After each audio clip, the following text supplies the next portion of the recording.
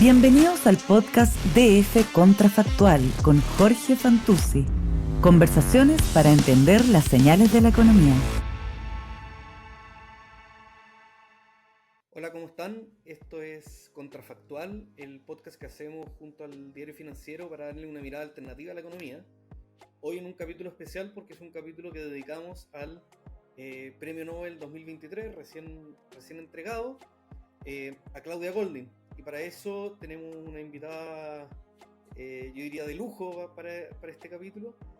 Nos acompaña Yanla Fortún, quien es profesora del Instituto de Economía de la Universidad Católica. Es directora de un núcleo milenio sobre la evolución del trabajo en MIU y reconocida experta, diría, en temas de economía relacionadas con los temas de investigación de Claudio Goldin, de este premio Nobel recién entregado. Así que, Jan, muchas gracias por acompañarnos y por tener esta conversación. Muchas gracias por la invitación, Jorge.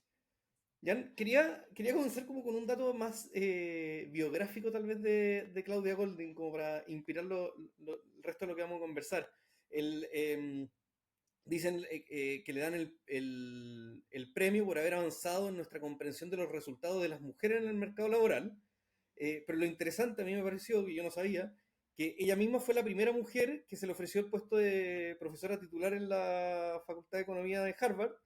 Y además, bueno, ese es un dato más conocido, es solo la tercera mujer en recibir el Premio Nobel de Economía. O sea, además de que su aporte, digamos, en la academia haya sido respecto del mercado laboral y las mujeres, las diferencias, digamos, de género, además ella misma ha encarnado, digamos, como la punta de lanza en estos temas dentro de la academia.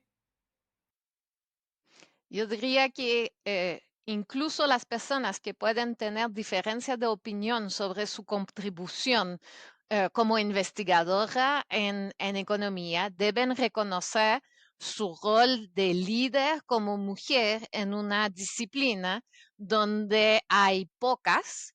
Ella tiene 77 años, es de las primeras mujeres a entrar en ese mundo de la academia en economía y juega un rol muy importante, no solamente creo por su rol de investigación, pero también por su rol de figura, digamos, motivadora por generaciones que vinieron después de ella, con otras que están ahí, pero son pocas. ¿Sí? Sí, una disciplina, tal vez los que nos escuchan de afuera, es una disciplina que es un tema además que se debate mucho, o sea, incluso desde el punto de vista científico. Hay investigaciones que están estudiando justo este tema, porque es una disciplina en particular donde hay tanta brecha, digamos, no solo salarial, sino que de oportunidades para las mujeres.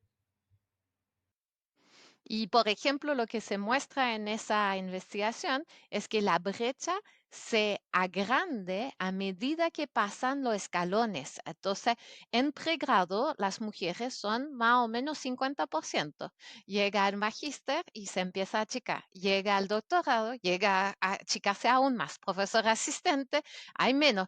Y profesora titular, ya la brecha es aún más grande.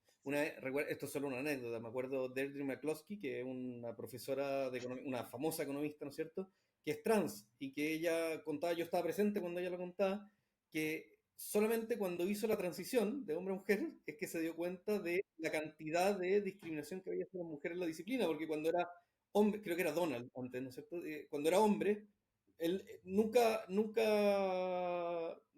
percibió una discriminación, y cuando hizo la transición hacia su género, hacia mujer, empezó a ver cómo en la academia lo discriminaban, le prestaban menos atención en los seminarios. Me acuerdo muy bien que ella contaba eso. Sí, yo creo que ella fue la primera mujer profesora titular en Chicago, sí, sí, cuando hizo la transición. Puede ser, puede ser. Oye, quería preguntarte un poco por la contribución académica de Claudia Goldin. Em, yo conocía muy poco su investigación, estuve ahora como averiguando un poco mientras preparaba esta conversación, y hay un tema que es muy interesante, y es que tiene una mirada larga de la historia respecto de las brechas laborales entre hombres y mujeres. No sé si tal vez nos puede explicar por qué es tan importante la mirada de tan largo plazo. O sea, cuál es el sentido, no solamente ver la foto, digamos, ahora, sino que ver la contribución completa, o sea, que su contribución se centre en la historia completa. Entonces, hay dos cosas. Uno, hay un punto metodológico que es Claudia es la primera historiadora económica a ganarse el premio Nobel desde Fogel, que era su director de tesis. Entonces, Fogel lanzó una parte, una rama de la economía que se llama la cliometría, que es la idea de mirar la historia, pero con números, no solamente leyendo los textos, sino tratando de encontrar datos para lo que pasó en la historia. Y Claudia lo hace mirando los temas de economía laboral. Entonces mira cómo eran los trabajadores en el pasado. Y si uno va a enfocarse en la historia de la participación laboral de las mujeres, es muy importante de mirar a lo largo de la historia. Primero tenemos problema a medir lo que pasa con las mujeres. Si pensamos, por ejemplo, a nuestra bisabuela, eh, ponte, casi todas trabajaban, pero trabajaban en la granja con su esposo y nunca nadie preguntó, ni siquiera el censo a veces de muchos países, ni preguntaba a la señora qué hacía como ocupación. La clasificaban como dueña de casa, ¿sí? Mientras que sabemos que muchas veces estaba en el campo ayudando con los animales, con los huevos, etcétera, y que eso no quedaba registrado. Además, en Estados Unidos, eso se complica por un tema adicional que las mujeres cambian sus nombres cuando se casan. Ah, claro. Y entonces seguir la evolución en el tiempo de las mujeres es complicada porque la señora se llamaba Ann Smith y en el censo siguiente se llama Ann Johnson. Es la misma persona, pero no tenemos la capacidad de saber que es la misma persona por ese cambio de nombre. Entonces, hay problemas y preguntas específicas que complican el camino una vez que Claudia trata de preguntarse qué está pasando con las mujeres. Y una de las contribuciones relevantes que hace Claudia es que mira esa generación de las mujeres que entran al mercado laboral gracias a la Segunda Guerra Mundial, ¿sí? Entonces, esa imagen que hemos visto en las revistas populares de Rosie the Riveter, que está ahí armando el avión durante la Segunda Guerra Mundial, era parte de la propaganda para motivar a las mujeres a entrar a la fuerza laboral porque la economía lo necesitaba. Ella empieza a mirar a esa generación y preguntar algo que nadie habría preguntado antes, que era, ¿se quedaron?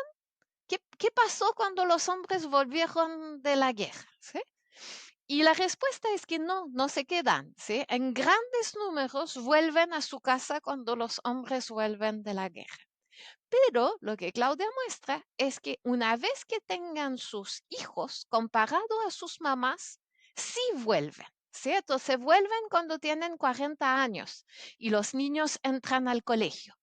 Esa experiencia laboral que tuvieron en su juventud la ponen en acción cuando los niños ya son más grandes y pueden tener el tiempo de hacer eso. Entonces, no habla de cambios generacional en la manera que las mujeres se relacionaron con el mercado laboral, que cambió en el tiempo.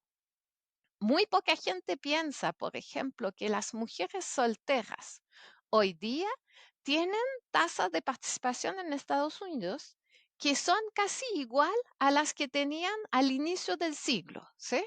La mujer soltera típicamente trabaja. eh, eh, y eso pasaba en el siglo pasado y pasa hoy. ¿Sí? El cambio no fue esa mujer soltera, sino la mujer casada y en particular con niños. cómo se cambió la sociedad para hacer que esa persona, esa trabajadora potencial, pudiera entrar al mercado laboral y quedarse o no, dependiendo de las Dependiendo, circunstancias. claro, me imagino el país, la época. Oye, hay un tema que lo mencionaste en parte de este relato sobre la mirada histórica, que tiene que ver, por ejemplo, con la educación.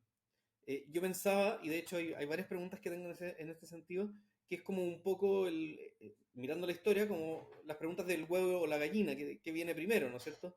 Porque por un lado uno podría decir, las mujeres tal vez tienen un output laboral distinto al del hombre en la historia, porque se educan menos, pero por otro lado, la pregunta, o se educaban menos, se educaban, tal vez eso ya desapareció. Y por otro lado, probablemente tomaban una decisión educacional también pensando en sus posibilidades en el mercado laboral. Entonces, como tratar de desenredar la madeja ahí entre qué es primero. Y además de eso, lo que Claudia discute en su investigación es si esa decisión de ir a educarse se debe a una demanda o una oferta, ¿sí? Porque podríamos todos salir a educarnos, rellenamos el mercado y ya nuestros sueldos no son lo que nosotros habíamos pensado, ¿sí? Entonces, en su libro que ella ama la carrera entre la tecnología y la educación, habla de ese problema de educarse, pero después la tecnología pide más educación o menos educación y qué pasa en ese camino, ¿sí? Em, pero volviendo a lo de la mujer, una de las cosas que Claudia, uno de su paper, digamos, famoso, es que no solamente las mujeres tenían que querer educarse, pero tenían que poder educarse. Y para las mujeres, una de las barreras más importantes en ese tiempo era el embarazo. Entonces, si una mujer decidía ir a la universidad, pero era en una edad donde estaba, digamos, hombres que la perseguían, ¿sí? O ella perseguía a los hombres. Uno de los resultados posibles de eso, incluso si se quisiera educar, era que se podía embarazar. Y entonces, de los resultados que Claudia discute en su paper es que la llegada de lo contraceptivo no solamente cambiaron la decisión de fertilidad de las mujeres, pero más que nada pueden haber permitido a esa decisión de educarse, de ser algo permanente y no algo que en la mitad del camino algunas tengan que abandonar por la existencia de ese embarazo, ¿sí? Entonces, eso es algo que creo que nos ayudó mucho a entender cuáles eran los factores que pudieran influir. En uno de sus papers más famosos, más reciente, habla del otro lado que tú discutías, que hoy día las mujeres van más a la universidad que los hombres en Estados Unidos y en mucha otra parte del mundo. Y justamente ese es un poquito un puzzle, porque si trabajan en promedio menos años, si ganan menos, porque hay todavía o discriminación o otros factores que hacen que las mujeres ganan menos que los hombres, ¿cuál va a ser la razón por la cual se van a educar más? ¿Sí? Sería como si uno compra más seguro de vida cuando tiene menos probabilidad de morir joven, ¿sí? No tiene mucho sentido a nivel económico.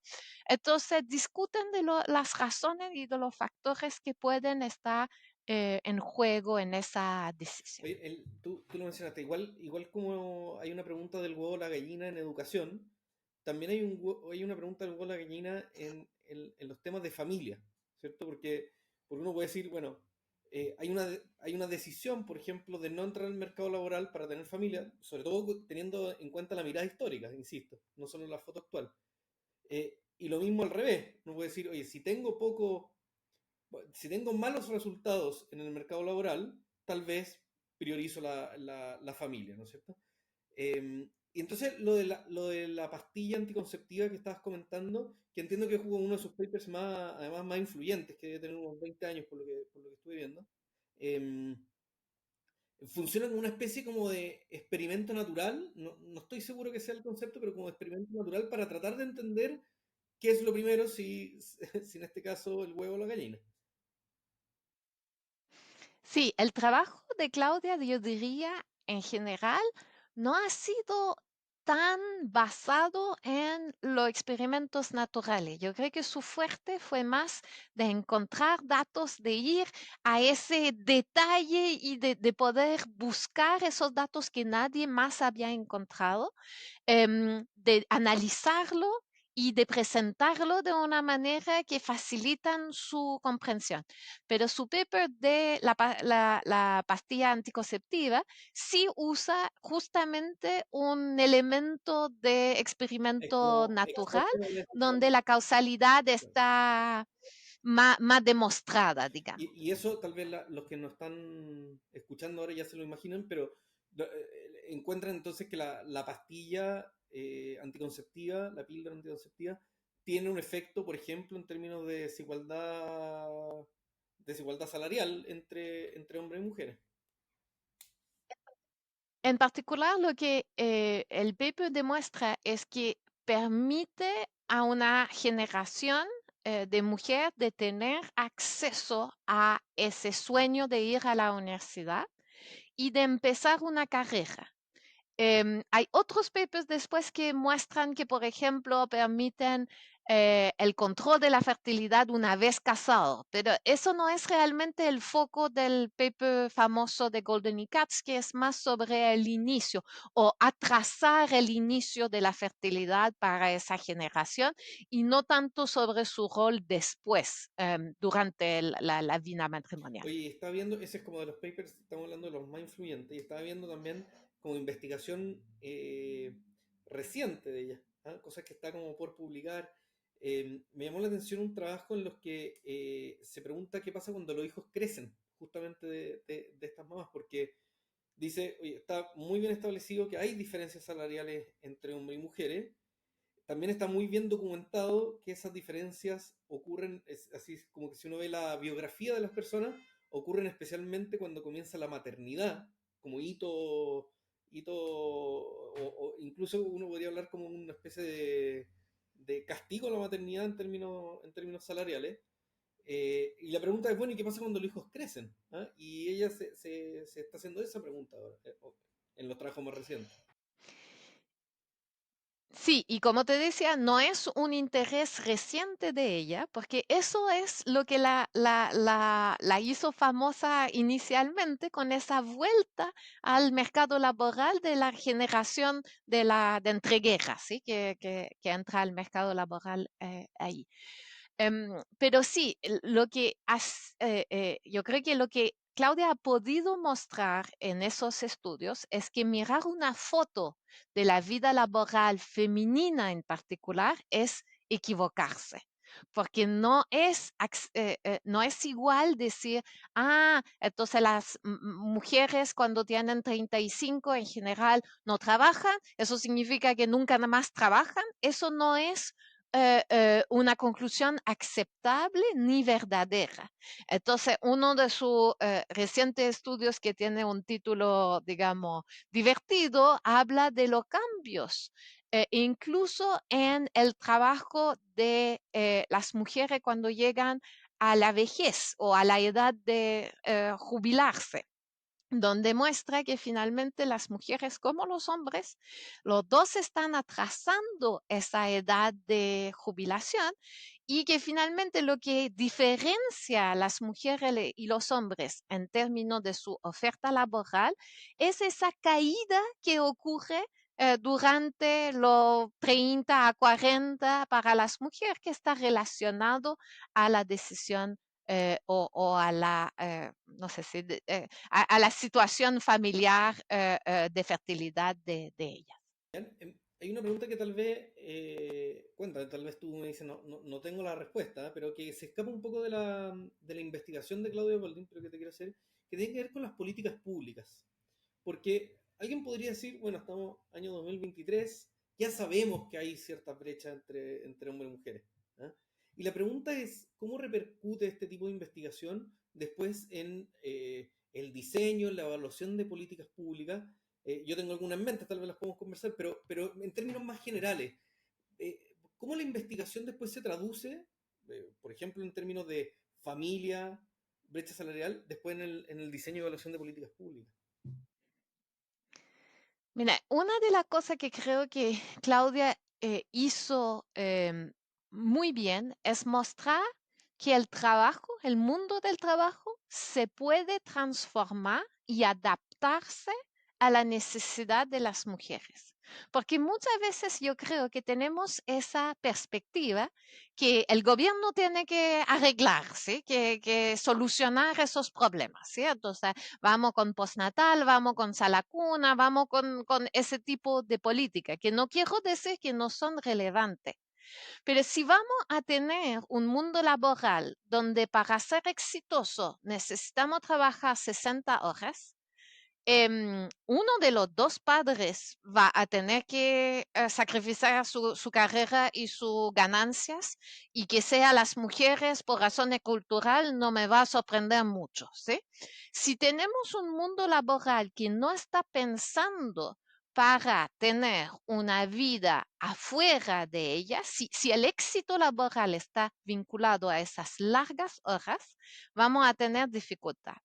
Entonces, por ejemplo, dos ocupaciones que ella mira con atención son los obstetras y los farmacólogos, que son dos ocupaciones que hace 30 años eh, era un one-man show, ¿sí? Entonces, tú tenías un doctor que te atendía, y si tú tenías un parto a las 2 de la mañana, ese doctor tenía que ir a verte. Si un farmacólogo tenía una farmacia y tenía que estar abierto esa noche por un tema de turno, era ese farmacólogo que tenía que estar ahí. Y había muy pocas mujeres en esa ocupación. Lo que ella demuestra es que cuando las mujeres entraron o hubo como un arreglo, se cambió totalmente la manera de practicar esa ocupación. Y hoy día en Estados Unidos, un obstetra trabaja en un gabinete de 6 a 8 personas. Y si te toca a las 2 de la mañana en el hospital, te toca uno de los 6, no el tuyo, sino el que está de turno y tiene que vivir con que va a ser esa persona, porque no hay nadie que está haciendo ese como seguimiento continuo. Y yo creo que eso es súper importante de preguntarnos en qué otra ocupación tenemos ese tipo de situación. Por ejemplo, todo lo que es el mundo de los abogados o de los contadores, donde los clientes están hoy día exigiendo típicamente que sea el abogado que le sigue o el contador que le sigue. Y eso impone un ritmo de trabajo que no es necesariamente el más compatible con alguien que quiere poder volver a su casa al menos 3 de los 5 días a las 6 de la tarde para estar con sus hijos, ¿sí?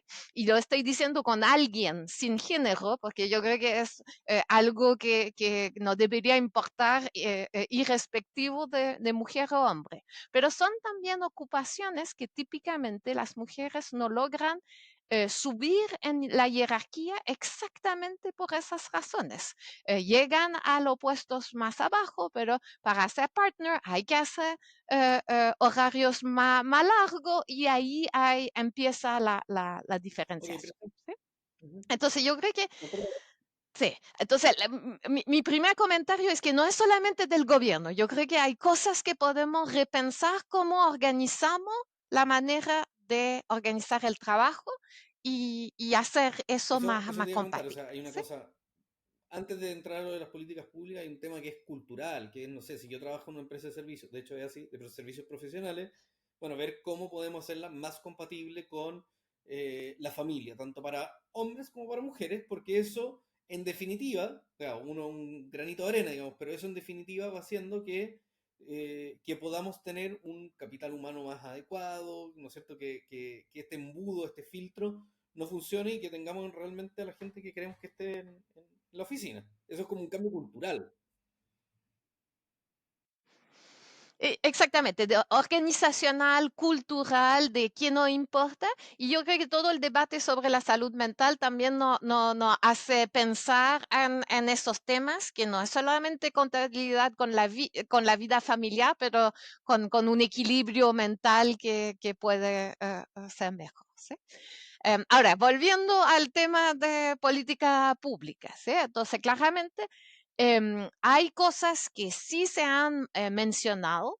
Em, yo creo que se ha divertido mucho las políticas de postnatal. El postnatal, de alguna manera, no tenemos, creo yo, tan buenas noticias para el postnatal. El postnatal es genial para los niños. Para las mujeres trabajadoras, al menos del largo, por ejemplo, de Europa, no parece ser muy positivo para las carreras de las mujeres. Hoy te decía, recuerdo en España hay un paper, creo que era España, en el que justamente se estudia el efecto que tiene un postnatal extendido para mujeres en términos de justamente el desempeño laboral después de esas mujeres. Porque la idea del postnatal era de permitir a las mujeres de no salirse del mercado laboral y poder volver a su mismo empleo, lo que debería facilitar la generación de capital humano, etcétera. Y lo que se ve es que al menos cuando estamos extendiendo pasado el año, que es algo que en Chile no está todavía, pero que finalmente genera esa sensación de que se pierde el trabajador de todas maneras, ¿sí? Entonces, digamos que hay que casi recalificarlo una vez que vuelve. Entonces, eso yo creo que no tenemos necesariamente tan buena noticia sobre eso. Tenemos mejores noticias sobre el postnatal, digamos, obligado para los padres. Eso, hacerlo voluntario no parece generar mucho, porque en Chile, por ejemplo, son 0,1% creo de los postnatal donde se entrega algunos días o semanas a los hombres. Pero en los lugares donde se pone lo que se llaman daddy cuotas o obligación, hay un cierto rango de semanas que son solamente para los padres y que no se pueden utilizar si el padre no la utiliza. ¿Sí? Entonces, esos tipos de políticas parecen tener efecto de largo plazo en la cantidad de horas, por ejemplo, que los hombres dedican a actividades de cuidado infantil o trabajo en la casa, y parece equiparar un poquito más la cancha en la casa. En el mercado laboral es menos claro. Em, Eso sí, esas políticas son implementadas en países donde el postnatal es voluntario y con tasa de reemplazo de menos de 100%, que es el caso en Chile. Entonces, hay que pensar cómo esa lección se podrían aplicar Debería al aplicarlo. caso chileno. Ahora, ahí, tú mencionaste varias de las discusiones, de las otras discusiones de política pública. Está, no sé, el tema de la sala cuna.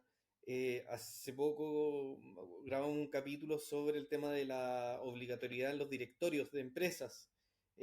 Ahora, siempre hay Marian Bertrán, es una otra economista, digamos, súper famosa que podría haber sido dupla con Claudio Goldin ahora en el Nobel.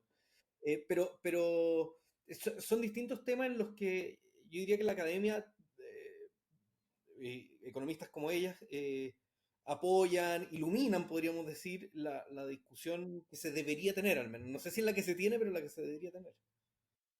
Sí, y yo creo que lo hacen de un punto de vista académico y no tanto como de lobby, ¿sí? Que creo que eso es algo que podemos aportar, una mirada que a veces puede ser que los resultados no salen tan como uno pensaría, pero yo creo que está bien de dar esas informaciones. Por ejemplo, yo creo que a nivel de las cuotas tenemos em, resultados positivos y negativos en esa literatura. Y me parece que si vamos a tomar una decisión, deberíamos estar al tanto de lo posible efecto positivo y negativo que podría tener esa medida. Y después, a nivel de comunidad, sociedad, política, podemos tomar esa decisión usando esa evidencia. Para mí, Claudia ha puesto los números en la mesa y nos ha ayudado a hacer algunos de esos cálculos, ¿sí? Por eso yo te decía la discusión que se debería tener y no necesariamente la que se tiene, porque requiere una mirada honesta a la evidencia y sabemos, digamos, que el debate público no siempre tiene esa mirada honesta, sino que muchas veces más bien partisana. Digo, a nivel de la sala cuna en Chile, hace muchísimos años que estamos todos de acuerdo que tener una política que está condicional al número de mujeres dentro de la empresa es una mala idea. Digamos, no conozco a nadie que está apoyando eso. Pero no hemos logrado encontrar una alternativa que logra convencer suficiente masa para poder transformarla. Entonces seguimos con una ley que es bastante poco común y que puede perjudicar a las mujeres en el mercado laboral. Casi retrógrado, podríamos decir. Oye, Jan, te quiero dar las gracias por esta conversación. Como decía en la introducción, es un especial por este premio Nobel recién entregado. Que yo creo que de esos premios Nobel que tienen como... Hay algunos que son súper técnicos, súper académicos, pero este es un premio Nobel que tiene bastante repercusión en la discusión pública y por eso me parece que es especialmente interesante para los que nos oyen. Es un premio sobre un tema más que sobre una técnica. Yo creo que eso lo hace especial y potencialmente más entendible de todos los que nos escuchan y que pueden preguntarse qué hace una mujer economista en Harvard. Eh, Aquí está pensando. Y yo creo que está pensando en temas que nos deben preocupar como sociedad. Excelente. Jan, te quiero dar las gracias. Quiero invitar también a los que nos escuchan que comenten, que compartan y que nos sigan escuchando en los próximos capítulos. Esto es Contrafactual, es el podcast que hacemos junto al Diario Financiero para darle una mirada alternativa a la economía. Hoy con Jan Lafortune, una mirada alternativa a Claudia Goldin, la Premio Nobel de Economía 2023. Muchas gracias a todos por escucharnos. Muchas gracias. Esto fue Contrafactual, conversaciones para entender las señales de la economía, un podcast de Diario Financiero.